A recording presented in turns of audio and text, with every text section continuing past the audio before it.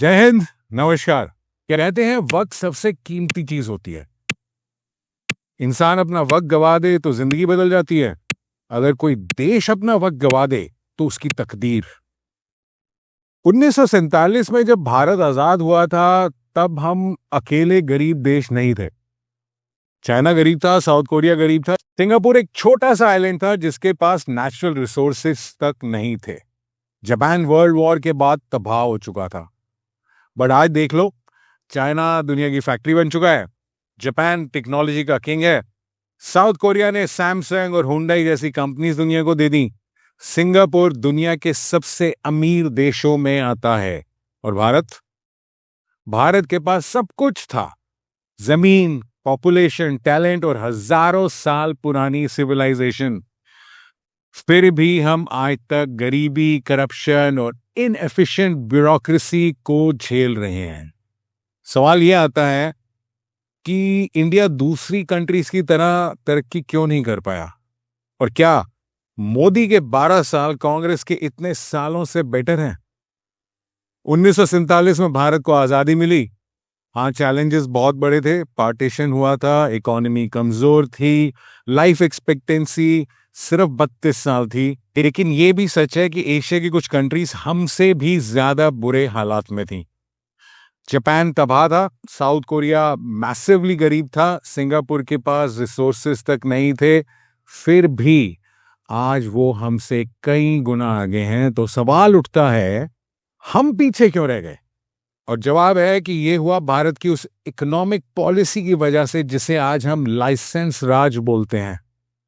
आज अगर आप बिजनेस खोलना चाहते हैं, ऑनलाइन रजिस्ट्रेशन करिए, काम शुरू। लेकिन एक टाइम ऐसा था जब भारत में बिजनेस शुरू करना किसी जंग से कम नहीं था। फैक्ट्री खोलनी है, लाइसेंस लाओ। फैक्ट्री एक्सपेंशन करना है, लाइसेंस लाओ। मशीन इंपोर्ट करनी है, लाइसेंस लाओ। नया प्रोडक्ट बनाना है, लाइसेंस लाओ। सरकार डिसाइड करती थी कि कौन कितना प्रोड्यूस करेगा और क्या प्रोड्यूस करेगा। सोच के देखो, एक देश जहां एंटरप्रेन्योर को एनकरेज करने के बजाय कंट्रोल किया जाता हो। यहां तक कि एक टाइम पर रेडियो और टीवी रखने के लिए भी लाइसेंस की जरूरत पड़ती थी। आज के बच्चों को बता के देखो ये बात, तो आपकी बात सुन के ना आपके ऊपर ही हंसेंगे। इसी एक्सेसिव कंट्रोल ने रेड टेप और करप्शन को पैदा किया। और ये सारा सड़ा हुआ इकोनॉमिक मॉडल था जवाहरलाल नेहरू की वजह से। जेआरडी टाटा तक ने नेहरू की पॉलिसीज को गलत बोला और कहा कि नेहरू को इकोनॉमी की समझ ही नहीं थी। I often say to myself, suppose that Vallabhbhai had been the young man and Nehru had been the older man, and Vallabhbhai would have become the Prime Minister of India. Certainly in the economic plan, there would have been a totally different situation than the one that exists today. You frequently disagreed with Pandit Nehru.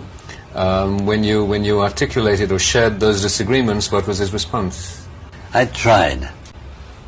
But when you, on this kind of thing, economics, of which he knew very little, in my opinion, and certainly on socialism and how socialism could be established without the loss of economic freedom for the majority of the people. I would try to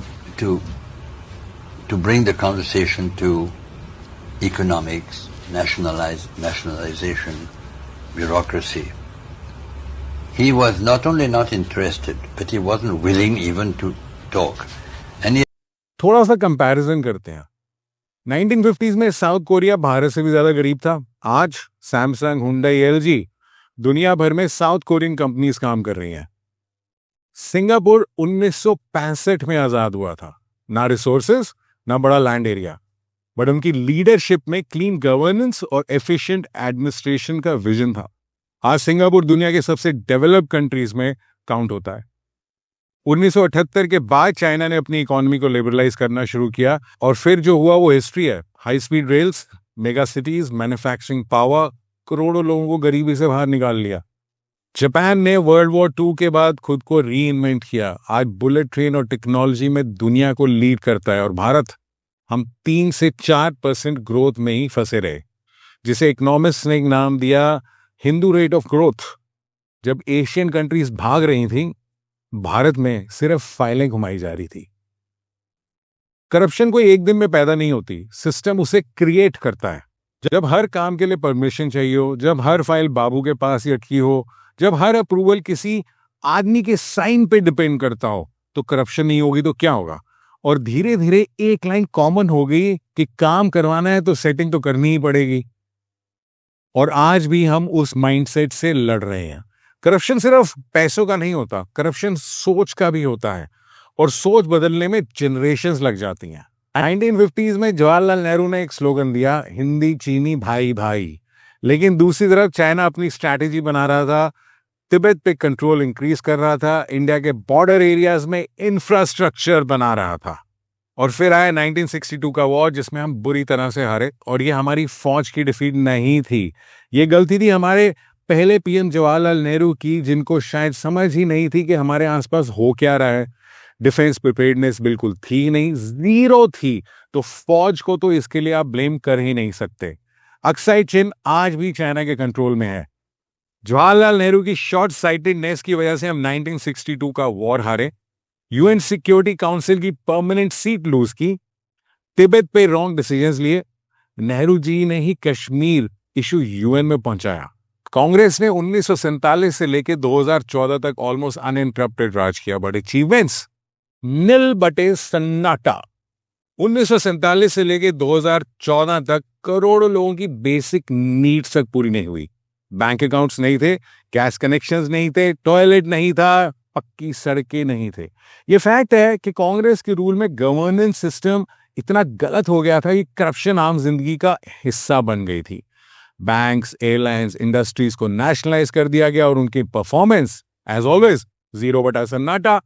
Congress rule में scams common थे, और ये हम सब जानते हैं कि system यही था कि खाओ और खाने दो।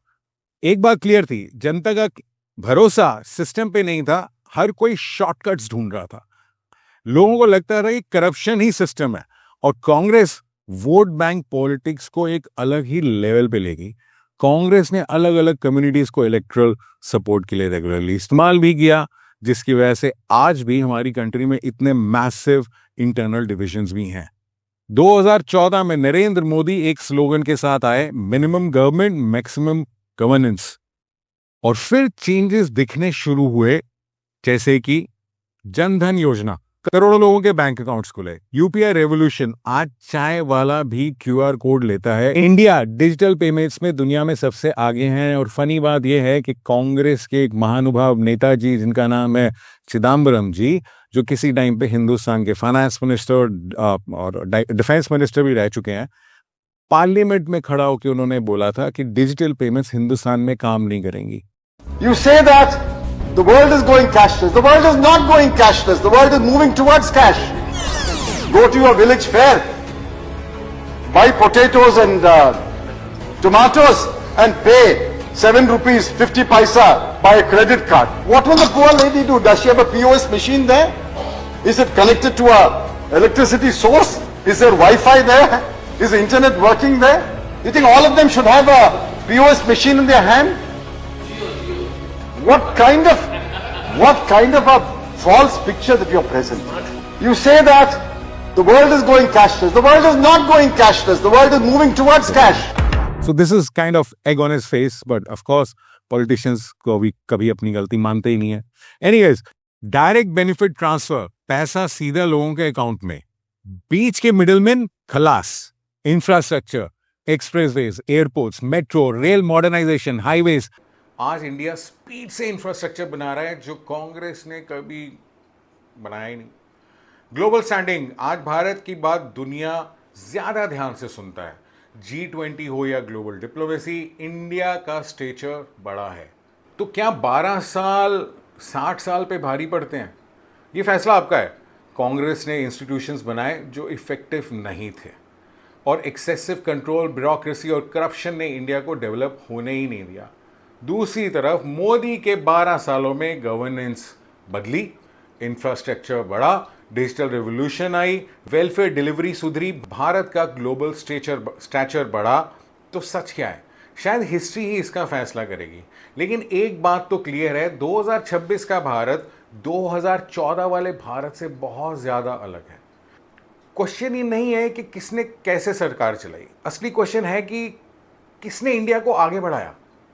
आपकी राय क्या है? कमेंट्स में ज़रूर बताएं। जय हिंद।